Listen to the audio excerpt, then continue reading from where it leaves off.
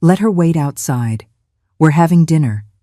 The voice of my daughter-in-law, Caroline, cut through the window like a knife. My own daughter-in-law had just condemned me to stand in the rain while they enjoyed their meal. I had been standing there for 3 hours. 3 hours getting soaked while my family ate warmly inside the house I had helped them buy. But that night, I made a decision that brought them to their knees the very next day.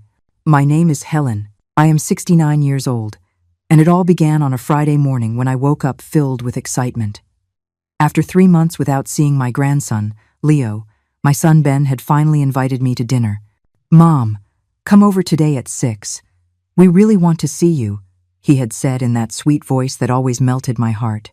I have been a widow for 5 years. I had worked my entire life cleaning houses, selling baked goods, doing whatever it took to raise my son, and now that he had his own family, I was still the one supporting them. Their bank accounts, the mortgage on the house, Leo's private school, the car payments, it all came from my pension and my life savings. But I didn't care. They were my blood, my reason for living. I got ready with such care that afternoon.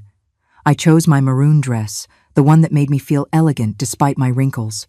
I put on my late mother's pearls and that French perfume I had bought on sale. I wanted to be perfect for my family. I walked to the toy store downtown and bought that new Transformer robot Leo had asked for the last time we saw each other. I also stopped by the French bakery for those little macarons that Caroline loved so much. The bags were heavy in my arms, but my heart was light with happiness. I took the number 43 bus, the same one as always. A 45-minute journey watching the city go by, imagining Leo's surprise when he saw his gift. It was a beautiful October afternoon. The sky was clear, and there was a soft breeze that reminded me of when Ben was little and we would go to the park to feed the pigeons. I arrived in their suburban neighborhood, the one that made me so proud because I knew my effort had made it possible for them to live there. I walked the 4 blocks from the bus stop to their house, that 2-story house with a garden, the house that had my name on the deed as a co-signer. I rang the doorbell at exactly 6 o'clock, just as we had agreed, and that's when my nightmare began. Caroline opened the door with a forced smile.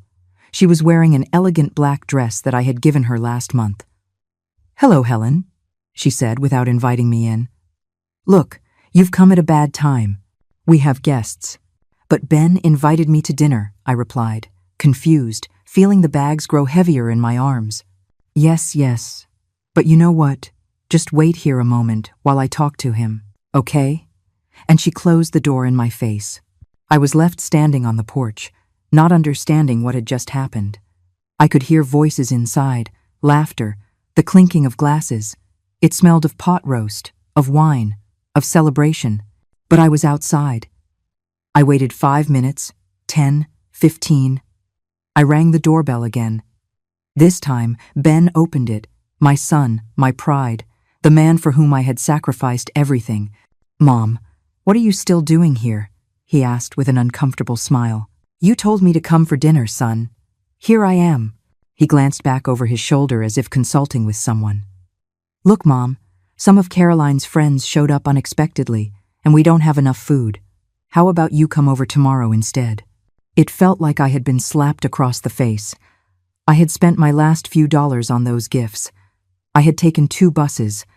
I had gotten ready with so much love. But son, you invited me. I brought gifts for Leo and— "I know, Mom, but please understand, it's complicated." Caroline appeared behind him with a glass of wine in her hand. "Helen, it really was a misunderstanding. It's better if we coordinate for another day. Yes, when we have more time to give you the attention you deserve. As if I were a burden, as if I needed to be attended to out of pity." Just then, I heard Leo's voice from inside. "Who is it, Daddy?" "No one important, son. Keep eating," Ben replied. "No one important." His own grandmother, no one important. "All right," I managed to whisper. "I'll go." But instead of leaving, I just stood there. I didn't know what to do, where to go. The buses didn't run as frequently at this hour. And then, it started to rain. At first, it was a soft drizzle, little drops landing on my freshly styled hair.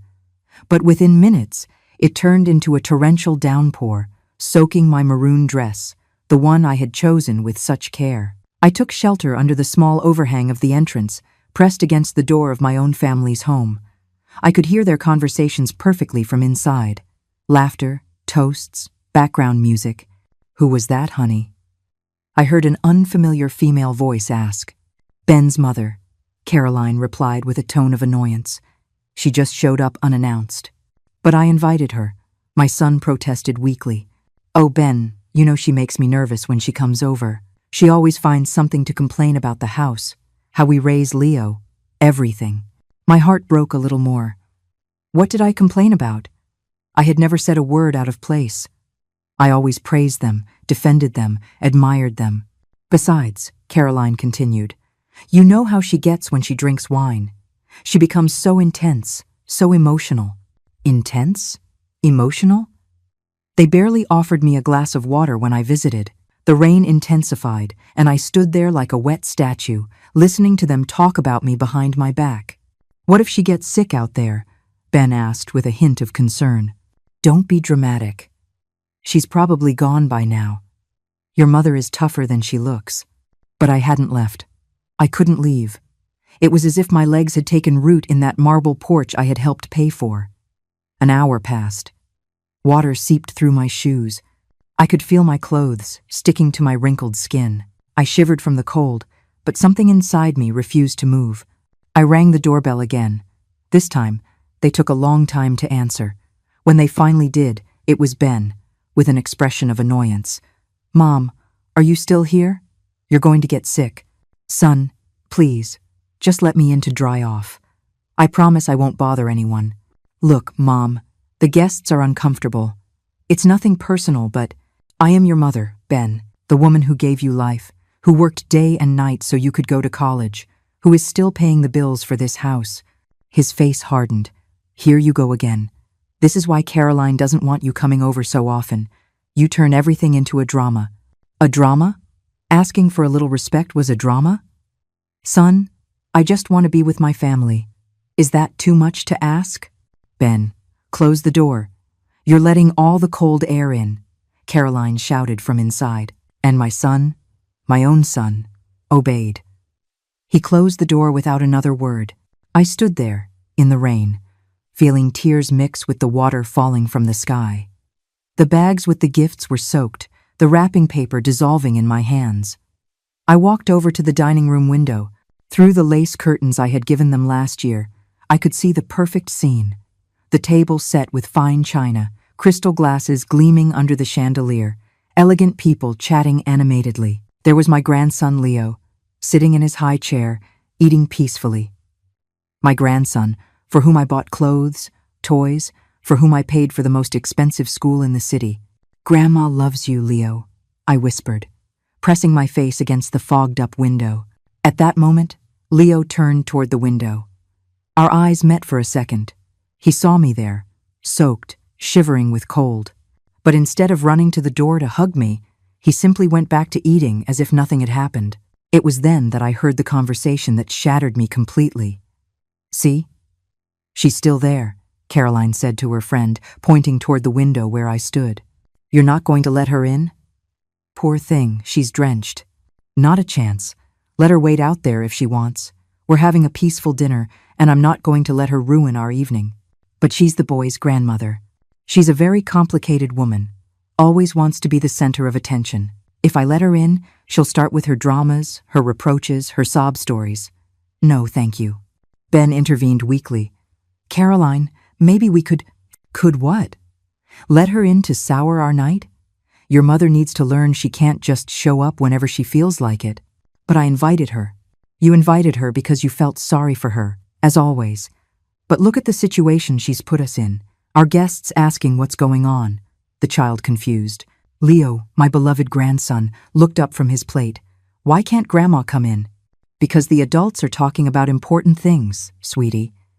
Your grandma is leaving soon." But I wasn't leaving. I couldn't. It was as if the pain had nailed me to the ground. 2 more hours passed. 2 full hours under that relentless rain that seemed to mock my misery. I couldn't feel my fingers anymore.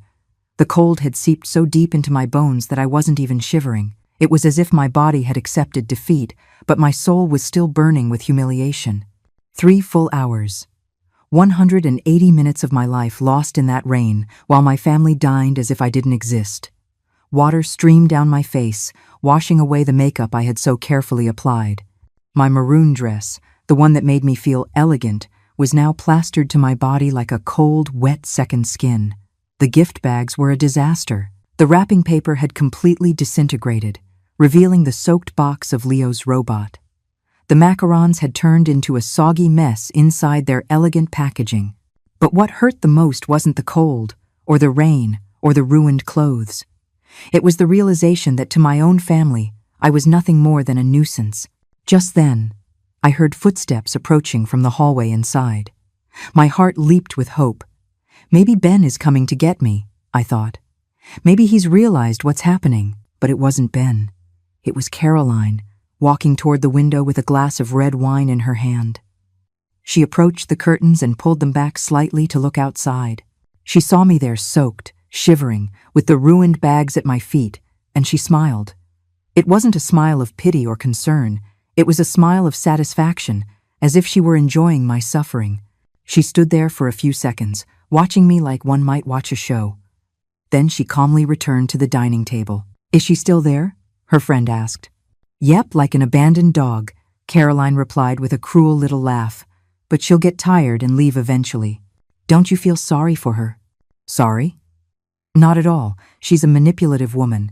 This is all just theater to make us feel guilty." Theater? Manipulation? When the only thing I had ever done in my life was love my family, work for them, sacrifice everything for their well-being? Besides, Caroline continued, raising her voice so I could hear her clearly, it was about time someone set some boundaries with her. She's always believed that just because she pays for a few things, she can show up whenever she wants. A few things. As if the $5,000 I transferred to their account every month were just a few things. As if the mortgage on the house, Leo's school, the health insurance, the credit cards were just a few things. "If I were you, I'd let her in," the friend insisted. "She looks awful out there." "Well, it's a good thing you're not in my place. This is my house, and I decide who comes in." Her house. The house that had my name as a co-signer on all the documents. The house whose payments came out of my account every month. Ben appeared in the dining room. I could see his silhouette through the curtains. "Caroline, it's 9 o'clock. My mom has been out there for 3 hours. She's going to get sick. Then she should leave. No one is forcing her to stay. But she has no way to get home. The buses have stopped running. Then she can call a cab or walk. It's not my problem." Walking was more than 10 miles to my house, and a taxi would cost all the money I had in my purse. "Caroline, please. She's my mother, and for that very reason, she should respect us. But no, she always has to become the victim, the martyr we all have to worship." At that moment, Leo got up from the table and ran to the window. "Grandma! Grandma Helen!" he shouted, pressing his little hands against the glass. My heart thrilled with joy. My grandson had seen me. He was calling for me. But Caroline grabbed him by the arm and pulled him back. "Leo, no. Your grandmother is playing a game to make herself the victim. Don't pay any attention to her. But it's raining, and she's all wet. Sometimes adults do strange things to get attention. Your grandmother will leave when she gets tired of her tantrum." A tantrum. Standing in the rain waiting for my family to show me a minimum of respect was a tantrum. "Ben, control your son," Caroline told my son in an authoritarian tone. And Ben, as always, obeyed. "Come here, Leo. Leave your grandma alone." "But Daddy." "No buts. Your mother is right. Grandma will leave when she wants to." My grandson looked at me one last time through the glass. In his eyes, I saw confusion, sadness, but also something that broke my soul. Fear. Fear of disobeying his parents, fear of defending his grandmother. And in that moment, I knew I had lost them forever. The rain kept falling on my head, but I no longer felt it. The emotional pain had surpassed any physical discomfort. I pulled my cell phone out of my soaked purse. I had several messages from my neighbor, Sharon, asking how the dinner had been. "Everything okay, Helen? How is my handsome grandson?" I couldn't answer her. I had no words to explain what I was going through. Instead, I dialed another number, a number I knew by heart, but never thought I would use in a situation like this. The phone rang once, twice, 3 times. National Bank Customer Service. This is Patricia speaking. How can I help you? Good evening, I said, my voice cracking from the cold and emotion. I need to freeze some accounts. Of course, ma'am. Can you please provide your account number and social security number? My voice trembled. I didn't know if it was from the cold or from the decision I was about to make. With numb fingers, I entered the numbers the operator requested. Perfect, Mrs. Helen Miller. I see that you are the primary holder on several accounts and a cosigner on several others. Which ones specifically do you need to freeze? I took a deep breath. Through the window, I could see Caroline serving dessert to her guests. Leo was laughing at something one of the adults had said. Ben was making a toast with a glass of wine that probably cost more than I spent on groceries in a week. All of them? I replied with a firmness I didn't know I possessed. I want to freeze all the accounts where I appear as the primary holder or cosigner. I understand. May I ask the reason? It's for the official report. Suspicion of unauthorized use. I lied without blinking. Very well. I see here we have the payroll account ending in 4587, the savings account ending in 2841, and the joint accounts ending in 7890 and 5432.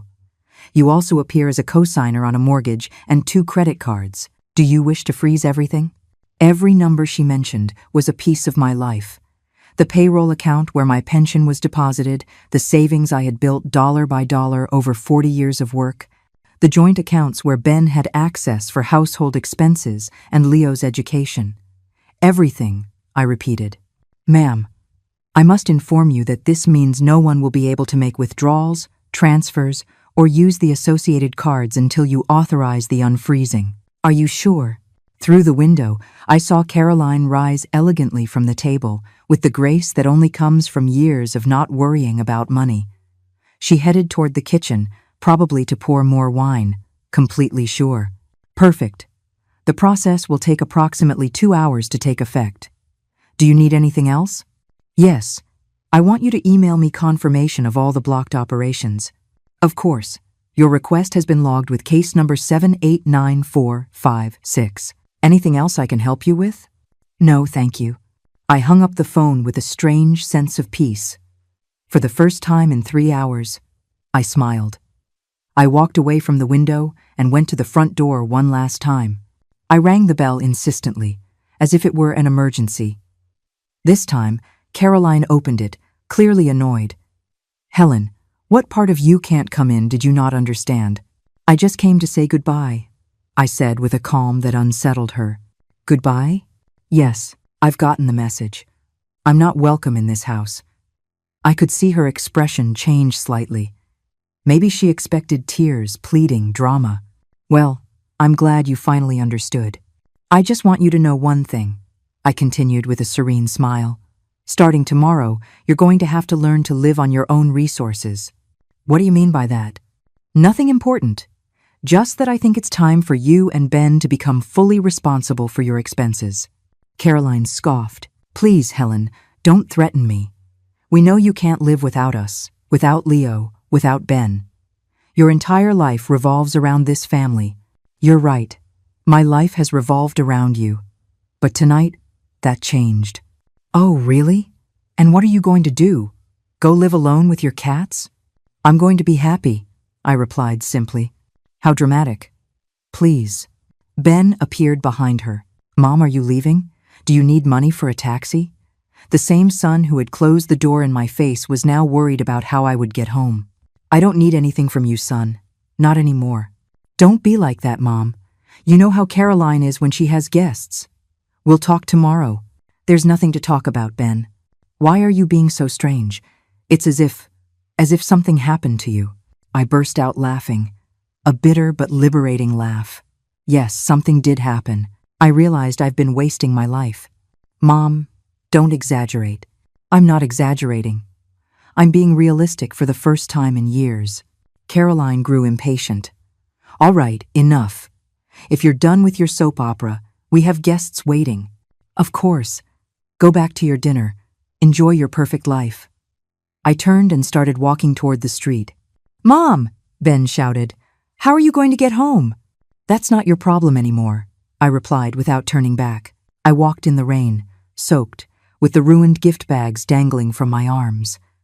But for the first time all night, I felt light. I reached the main avenue and hailed a cab. The driver, an older man, looked at me with concern. "Ma'am, are you okay? You're soaked." "I'm perfect," I answered, and it was true. The entire ride home, I couldn't stop smiling. In my purse, my phone vibrated with the confirmation from the bank. "Dear customer, we confirm that all your accounts have been successfully frozen. No transactions can be made until further authorization." Tomorrow was going to be a very interesting day. I arrived home around 11 o'clock at night, completely drenched, but with a strange sense of freedom I hadn't felt in years. I took off the ruined maroon dress, had a hot shower, and put on my most comfortable pajamas. For the first time in a long time, I slept soundly, without nightmares, without worries about Ben's expenses, without anxiety about pleasing Caroline. It was as if I had left 100-pound weight at the door of that house. I woke up the next day with the sun streaming through my window. It was 8 in the morning, and I felt renewed. I made my usual black coffee, toast with homemade jam, and sat on my small balcony to enjoy breakfast. My phone had been silent all night. I checked it and had no messages. That's strange, I thought. Ben usually texts to see if I got home okay. But then I remembered the night before and understood that things had changed forever. At 9:30, my doorbell rang. I looked through the peephole and saw my neighbor, Sharon, standing at the door with a bag of pastries. "Good morning, Helen. How was dinner last night? You look very relaxed." I told her everything, every detail of my humiliation, every cruel word from Caroline, every moment in the rain. Sharon listened with her eyes growing wider and wider. "I can't believe they did that to you," she said, indignant, "after everything you've done for them." "I don't care anymore, Sharon. For the first time in my life, I made a decision just for me." "You froze all the accounts?" "All of them. And I don't plan on unfreezing them until they beg for my forgiveness on their knees." Sharon laughed. "I love this new Helen. It's about time." We were chatting when my phone started ringing like crazy. It was Ben. "Answer it," Sharon said with a mischievous grin. "This is going to be good." "Hello? Mom? What did you do?" "Good morning, son. How did you sleep?" "Mom, don't play dumb. The cards aren't working." Caroline went to the supermarket and all her purchases were declined. We went to the bank and they told us the accounts are frozen. "Oh, really? Why did you do that?" "Because it's my money, Ben, and I've decided I no longer want to share it with people who disrespect me." "Mom, don't exaggerate. Caroline was nervous about the guests. You know how she island?" "I know exactly how she island. That's why I made this decision." "But you can't do this. We have bills, commitments. Leo's school tuition is due today." "That's not my problem anymore." "What do you mean it's not your problem? He's your grandson." "My grandson who saw me in the rain yesterday and didn't lift a finger to help me." I could hear Caroline shouting something in the background. "Caroline says that if you don't unfreeze the accounts, she's going to have to get a job." "What wonderful news. It's about time."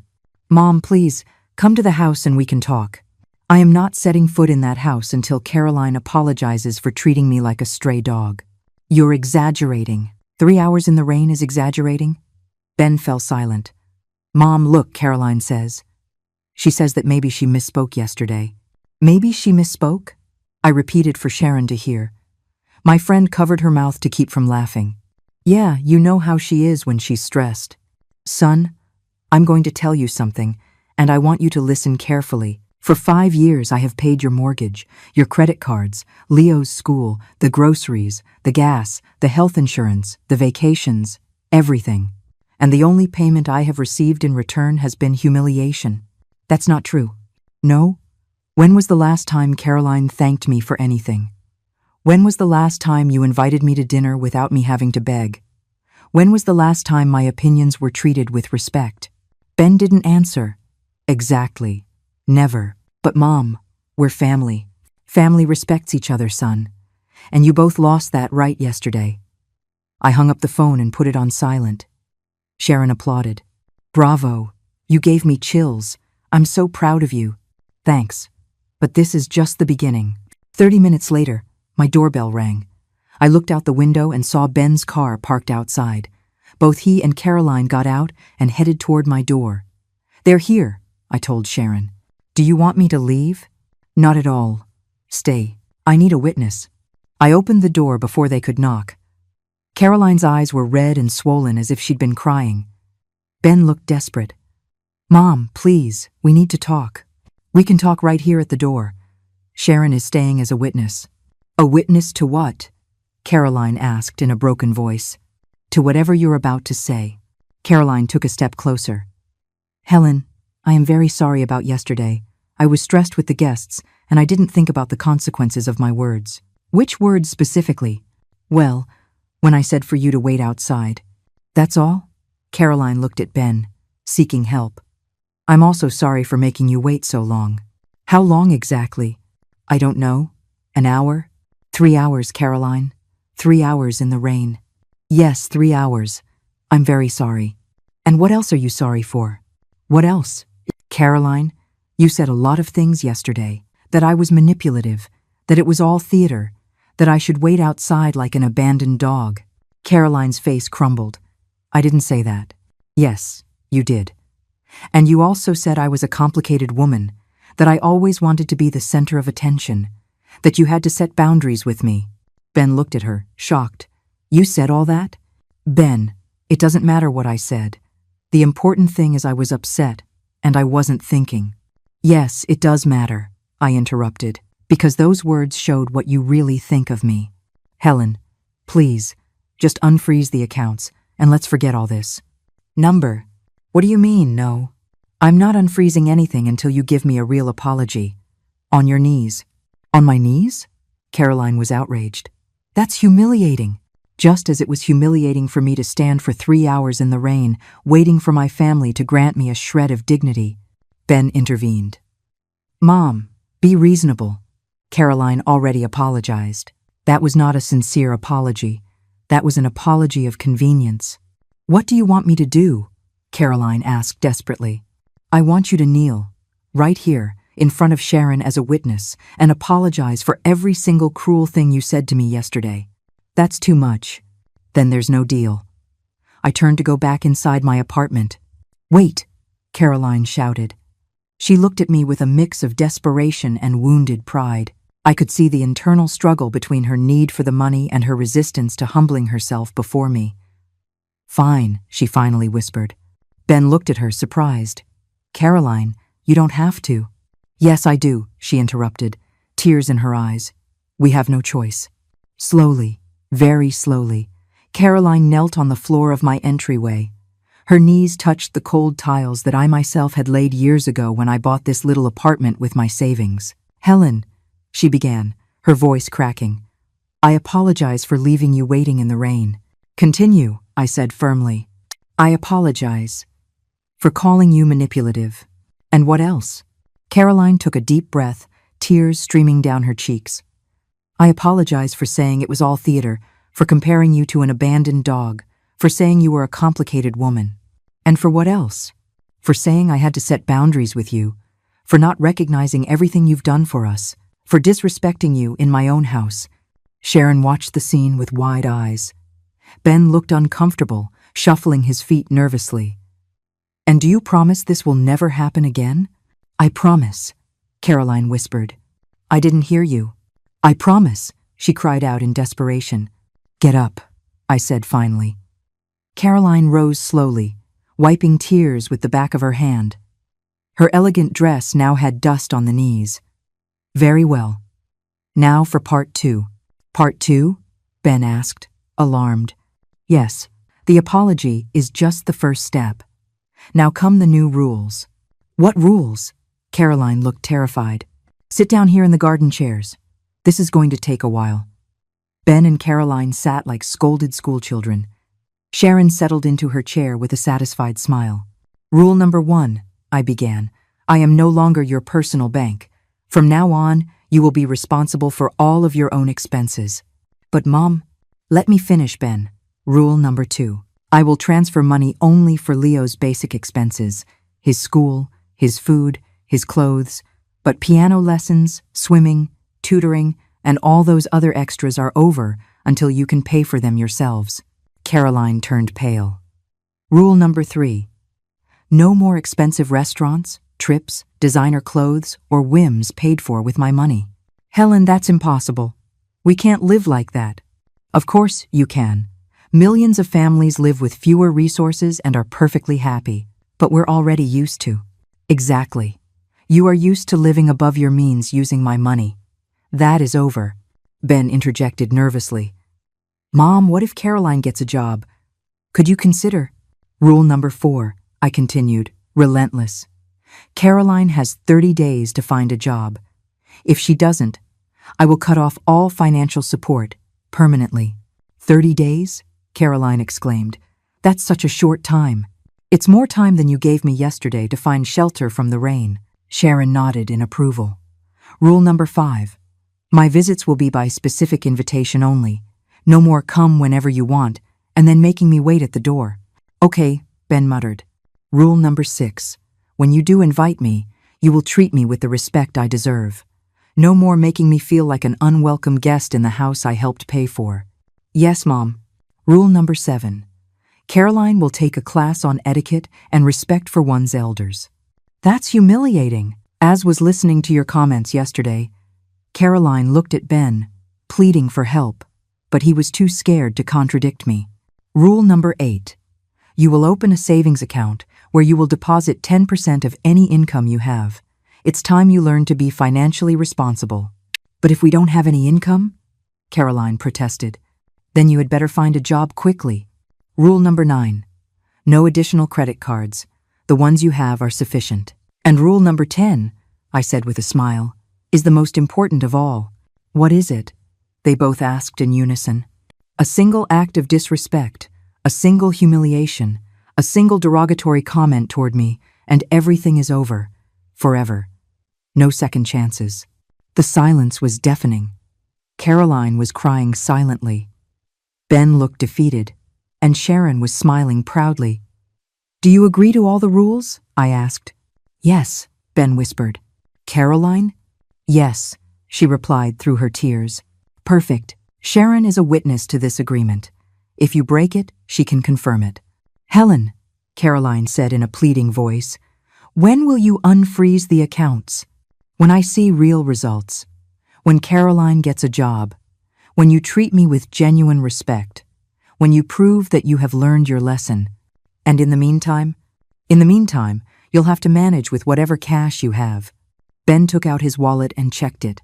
I only have $20. And I have 5, Caroline added. Then you had better manage that money well, until things change. Caroline stood up from her chair, trembling. And if I don't find a job in 30 days? Then you will have to move to a cheaper place, take Leo out of private school, and live like normal people live. You can't do that to us. Of course I can. It's my money, and I decide how it's used. Ben approached me, his face pleading.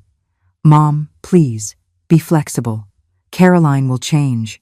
You saw she apologized. She apologized because she had no other choice. A real apology, from true remorse, is very different. What do we have to do to make you truly forgive us? Caroline asked desperately.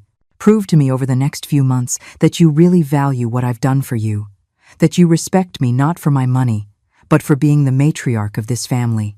We will, Ben promised. I hope so. Because this is your last chance. They left that afternoon, empty-handed and with their heads bowed.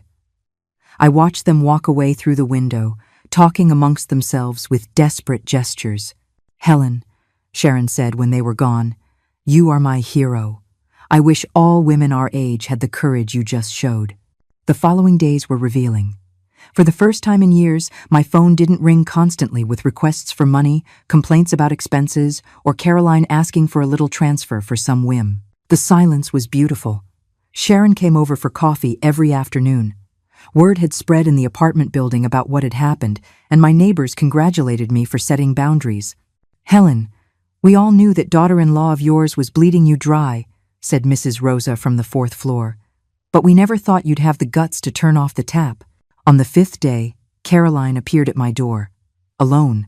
She looked haggard, with deep dark circles under her eyes and her hair unkempt, a far cry from the elegant, haughty woman of a week ago. Helen, can we talk? We can talk right here in the doorway. But it's private. Caroline, after listening to everything you said about me to your guests, I don't think there's anything private left between us. She bit her lower lip nervously. I've been looking for a job every day, and it's harder than I thought. I'm 35. I haven't worked in 8 years. I have no recent experience. Welcome to the real world. Helen, please. Ben is desperate. Yesterday he had to borrow money from his coworkers to buy food. And what have you done to help? I've been filling out applications, going to interviews. I don't mean that. I mean, what have you done to remedy the damage you caused me? Caroline fell silent. Exactly. Nothing. What do you want me to do? I want you to truly understand what you did. I want you to feel, even just a little bit, the humiliation you put me through. He already apologized. You knelt because you had no choice. But you haven't shown a single gram of genuine remorse. Caroline started to cry. What more do you want from me? I want you to go to every single person who was at your house that night and tell them the truth. Tell them you left me in the rain for 3 hours, that you treated me like an animal, that all of this happened because I am a woman who deserves respect. That's humiliating. Exactly. Now you know how I felt. I can't do that. They're my friends. I'd look like a what? A cruel woman who mistreats her mother-in-law? Because that is exactly what you are. Caroline wiped her tears with the sleeve of her cheap sweater. It was the first time I had seen her not wearing designer clothes. If I do that, will you unfreeze the accounts? It's a first step, but it's not enough. What else? I want you to seriously look for work, not online applications from your couch. I want you to go out every day, knock on doors, beg if you have to. I'm already doing that. Oh, really? Have you gone to clean houses? Have you asked in restaurants if they need waitresses? Have you considered working in a supermarket? Caroline's face fell. Those kinds of jobs are what? Humiliating? Just as it was humiliating for me to clean houses for 30 years so my son could go to college? As it is humiliating to work from sunup to sundown to support a family that doesn't value you? I didn't know. Of course you knew. You just didn't care. Caroline stood there in my doorway, watching her world of privilege crumble. Helen, I promise I will change. Promises are carried away by the wind, Caroline. Actions are what count. Give me a chance. I am giving you a chance. You have 25 days to get any job, and I want proof pay stubs, contracts, something tangible. And if I can't find one, then Ben will have to decide if he wants to stay married to a woman who is not willing to contribute to their home. Caroline's eyes widened in panic. You would say that to him? I wouldn't have to. He would realize it himself. Please, Helen, I have a son. Leo is my grandson before he is your son. And he will be fine, because I will never abandon him. But you have to earn your place in this family. Caroline left that day, paler than when she had arrived. 2 days later, Ben came to visit me. He looked terrible, too, but there was something different about him. A humility I hadn't seen in years. Mom, can I come in? Of course, son. He sat in my small living room, looking around as if seeing it for the first time. Your apartment has always been so cozy, he said. I don't know why I never noticed. Because you were too busy enjoying the house I helped you pay for. You're right. And you're right about everything that's happening. I looked at him, surprised. It was the first time Ben had ever sided with me in anything related to Caroline. Do you really think so? Mom, these days without money have opened my eyes. Caroline has been hysterical, screaming at me that I'm useless for not being able to support my family. She has said horrible things to me. Like what? That I'm a failure. That if it weren't for your money, we never would have had the life we have. That she only married me because I had a rich mother. I felt a stab of pain. She said that to you? Yes, and worse. She told me all her friends laugh at us because we depend on an old woman. An old woman? Her words, not mine. I stood up from my chair, furious. Ben, that woman doesn't love you. She's using you. I know, Mom. I know that now. And what are you going to do about it? I don't know. I'm afraid of being alone, of Leo growing up without a complete family. Son, it is better to grow up in a home with one person who loves him than in a home with two people who hate each other. Ben started to cry. My 40-year-old son, crying like a child. Mom, I think I made a terrible mistake marrying Caroline. When did you realize? These past few days, when we had no money, when she had to face reality, she showed her true colors. She's selfish, cruel, materialistic. And yet, you chose to believe her instead of defending me. I know, and I regret it every day. Do you regret it, or are you just scared because the easy money ran out? Ben looked me straight in the eye. I regret it, because I lost the most important woman in my life for a woman who doesn't even respect me. For the first time in days, I felt like my son had come back to me. Son, I said, taking his hands, you have never lost me, but you do need to make some difficult decisions. Like what? Like deciding if you want to stay in a marriage where there is no love or respect. Ben sighed deeply. Mom, I'm scared. Caroline could take Leo. She could ask for alimony. She could. Ben, stop being afraid and start being brave. Do you think I wasn't scared when your father died and I was left alone with you? Do you think I wasn't scared when I worked 3 jobs so you could go to college? No, Mom. You were always so strong. I wasn't born strong, son. I became strong because I had no choice, and neither do you. At that moment, my phone rang. It was an unknown number. Hello? Mrs. Helen Miller? Yes, this is she. This is Monica Garcia, the principal at Leo's school. I'm calling because this month's tuition payment was declined, and we need to get the account current. I looked at Ben, who had heard the entire conversation. How much is owed? It's $1,200 for this month, plus $800 in accumulated fees. I understand. Could you give me until Friday to make the payment? Of course, ma'am. But after that date, we will have to suspend Leo until the situation is resolved. I hung up and looked at my son. Ben, do you have it? Mom, you know I don't. Then Caroline has 3 days to get a job, or Leo is out of school. You can't do that. He's your grandson. Exactly. He's my grandson. And I am not going to keep paying for his education so his parents can live like royalty without working. If Leo gets kicked out of school, you enroll him in a public school, like I did, like you did for the first few years. Caroline will never accept that. Then Caroline can find a way to pay for it. Ben stood up, desperate. Mom, help me one more time. I promise that after. No, son. The promises are over. Only actions. What do you want me to do? I want you to take control of your life. I want you to tell Caroline that if she doesn't get a job in 3 days, the marriage is over. That's so drastic. You know what's drastic? Leaving your mother in the rain for 3 hours. That's drastic. Ben was quiet for a long time. Would you help me if I divorce Caroline? I would help you raise Leo, help you get a smaller apartment, help you start over, but with conditions. What conditions? First condition, no luxuries. A simple, modest, responsible life. I accept. Second condition, you will value my effort and my sacrifice. You will never take me for granted again. I accept. Third condition, if you ever remarry, your new partner will respect the place I have in this family. I accept it all, Mom. Very well. Then go home and talk to Caroline.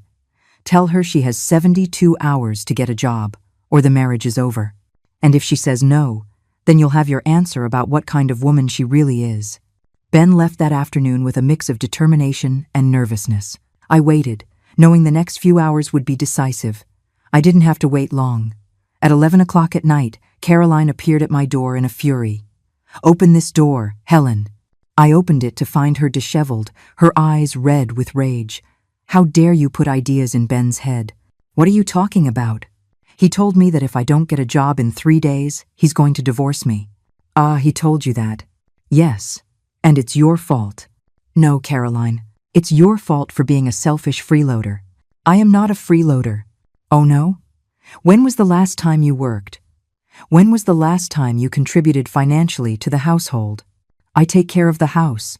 I take care of Leo. Leo is in school 8 hours a day, and you have a housekeeper that I also help pay for. Caroline was left without an argument. Helen, please, don't destroy my marriage. I'm not destroying anything. Your attitude is destroying it. What do you want from me? I want you to go out tomorrow and look for a job, any job, and get one before Friday. That's impossible. It's not impossible. It's difficult. There's a difference. And if I get one, will you unfreeze the accounts? I will start to contribute gradually. But it will never be like it was before. What does that mean? It means you will have to live primarily on what you earn. I will only help with Leo's basics. Caroline started to cry with frustration. It's not fair. You know what's not fair? That a 69-year-old woman has to work to support 2 able-bodied adults. But we need you. You don't need me. You need my money. There's a big difference. Helen, please. Caroline, I'm going to tell you something, and I want you to burn it into your brain. If you don't go out tomorrow and seriously look for a job, if you don't have a source of income by Friday, I will unfreeze the accounts for one reason only, to help Ben divorce you. Caroline's eyes widened in terror. You would do that? Without hesitation. Because my son deserves a woman who loves him, not one who uses him. I do love Ben. No, Caroline, you love the comfortable life that Ben can give you thanks to my money. That's not true. Then prove it. Get a job. Support your family. And show that you can love Ben without my money in the picture. Caroline left that night, defeated, but with a clear ultimatum. The next morning, very early, I saw her leave her house dressed simply, carrying a folder of papers. For the first time in 8 years, Caroline was going out to look for a job. It was a start. Friday arrived faster than expected. I was having a quiet breakfast when the doorbell rang at 7 in the morning. It was Ben, with Leo by the hand and a small suitcase. Mom, can we come in? Of course. What happened? Caroline got a job, he said with a tired smile. Waitress at a restaurant. She starts today. I felt a mix of surprise and pride. I hadn't expected her to actually do it. So why do you have a suitcase? Because last night, Caroline and I had a very honest conversation. I told her we needed a fresh start, that I wanted us to go to couples therapy, that things had to change radically. And what did she say? Ben sighed deeply. She said she would rather get a divorce than live like a middle-class woman, that she didn't marry me to work as a waitress and live counting pennies. Seriously? She said that? Her exact words were, if your mother isn't going to maintain my lifestyle, then there's no point in us staying together. I was speechless. Caroline had shown her true colors without any pretense. And what did you say to her? That she was right, that there was indeed no point in staying together if she was only with me for the money. Leo, who had been quiet, came over to me. Grandma Helen, does Mommy not love me anymore? I knelt down to his level. Sweetheart, your mommy loves you very much. But sometimes adults can't live together because they think very differently. I'm going to live with you and Daddy? His little eyes lit up. You would like that? Yes, it always smells nice here, and you give long hugs. I felt my heart melt. Son, I said to Ben, are you sure about your decision? Completely. These last few days, I realized I've been living a lie. Caroline never loved me. She only loved the comfort I could give her thanks to you. And you don't regret it? Not at all. I feel free. My phone rang. It was Caroline. Should you answer? Ben asked. Of course. Helen. Yes, Caroline. Did Ben tell you? Yes, he told me you got a job. Congratulations. Don't congratulate me. It's horrible. 8 hours on my feet, rude customers, miserable tips. Welcome to the real world. Helen, we can fix this. I can keep working if you go back to helping us financially like before. No, Caroline. Ben has made his decision. But he can't support Leo alone. He won't be alone. He'll be with me. With you? What do you mean? I mean Ben and Leo are moving into my apartment while he gets back on his feet. A scream came from the other end of the line. That's illegal. You can't take my son from me. I'm not taking anything. You decided that money was more important than your family. I'm going to sue. Go ahead. With what money are you going to pay for a lawyer? Caroline hung up, furious. Ben looked at me, worried. Do you think she can do anything legally? Son, a woman who abandons her family because she doesn't want to work is hardly going to win custody of a child. The next few months were some of the most beautiful of my life. Ben got a second, part-time job. Leo started at a public school and, against all odds, was happier than ever. "Grandma," he told me one afternoon while we were doing homework, "why was Mommy always angry before?" "Because your mommy didn't know how to be happy with simple things. I'm happy here with you." "Really?" "Yes. There's no shouting here, no fights, and there's always good food." Ben had changed completely. He was more affectionate, more grateful, more present. At night, after Leo was asleep, we would stay up talking like we did when he was little. "Mom," he told me one night, "forgive me for all these years. For taking you for granted, for not defending you, for letting Caroline treat you so badly. You are already forgiven, son." "Really?" "Really. Because in the end, all of this helped us find each other again." Caroline tried several times to get Ben to come back to her. She promised she had changed, that she now understood the value of work, that they could be happy with less money. But Ben didn't fall for her manipulations again. "My mother taught me something very important," he told her, the last time Caroline came begging. "She taught me that real love is not negotiated, it's not conditional, and it cannot be bought." A year later, I was on my balcony watching Leo play in the small garden when the phone rang. "Mrs. Miller?" "Yes. This is Leo's teacher. I just wanted to congratulate you. Your grandson is one of the most polite and happy children in the school." "Thank you. And I wanted to ask if you would be interested in giving a talk to other grandmothers about parenting. Many are going through situations similar to yours." "What kind of situations?" "Families who use them financially, children who don't value them, daughters-in-law who mistreat them. Your story has become very well known in the neighborhood." I laughed. "My story is well known?" "Yes. The women your age really admire you. They say you gave them the courage to set boundaries." I agreed to give the talks. Every Saturday, a group of grandmothers comes to my apartment and we share experiences. Many have made decisions similar to mine, and their lives have improved considerably. "Helen," Mrs. Carmen told me a few weeks ago, "you taught us that it's never too late to reclaim our dignity." Just a few days ago, Sharon brought me a letter that had arrived in her mailbox by mistake. It was from Caroline. "Helen," the letter said, "it has been 2 years, and I finally understand what you tried to teach me. Working has made me value the things I used to take for granted. I have a boyfriend now, a simple man who loves me for who I am, not for what I have. I am not asking for your forgiveness because I know I don't deserve it, but I want you to know that you did me a favor. You forced me to grow up." I didn't answer the letter. Some wounds heal better in silence. This morning, while I was making breakfast, Leo wrapped his arms around my waist. "Grandma, you know what?" "What, sweetheart?" "You're the strongest woman in the world." "Why do you say that?" "Because Daddy told me that when I was little, my mommy treated you very badly, but you didn't stay quiet. You said no, and you saved us all." I smiled as I scrambled the eggs. He was right. That night in the rain, I didn't just save myself. I saved my son from a toxic marriage. I saved my grandson from growing up in an environment of falsehood. And I saved my own dignity. At 69 years old, I learned the most important lesson of my life. Self-love is not selfishness, it's survival. And it is never, ever too late to say enough is enough. 5 years have passed since that rainy night that changed my life forever. Today, as I write these words on my small balcony, I can see Leo, now 13, playing soccer in the park with his friends from public school. He is a kind, hard-working, and respectful boy. My story has become legendary in the neighborhood. Women stop me on the street to tell me how my example inspired them to set boundaries in their own families.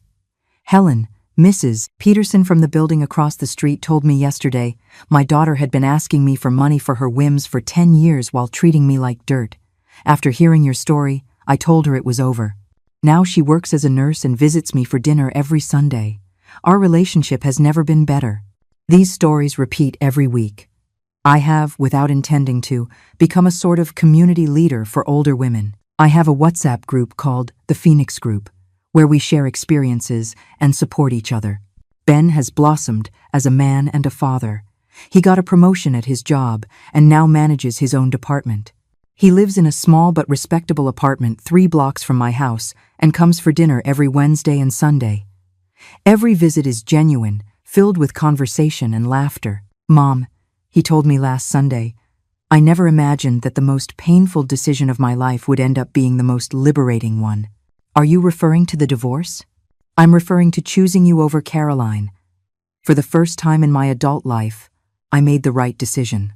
Caroline got married 2 years ago to an accountant she met at the restaurant where she worked. According to Sharon, who heard it through the neighborhood grapevine, they are expecting a baby. I'm glad to know she found her way, even if it was far from us. My financial life has completely changed. I am no longer the family bank, and my savings have grown impressively.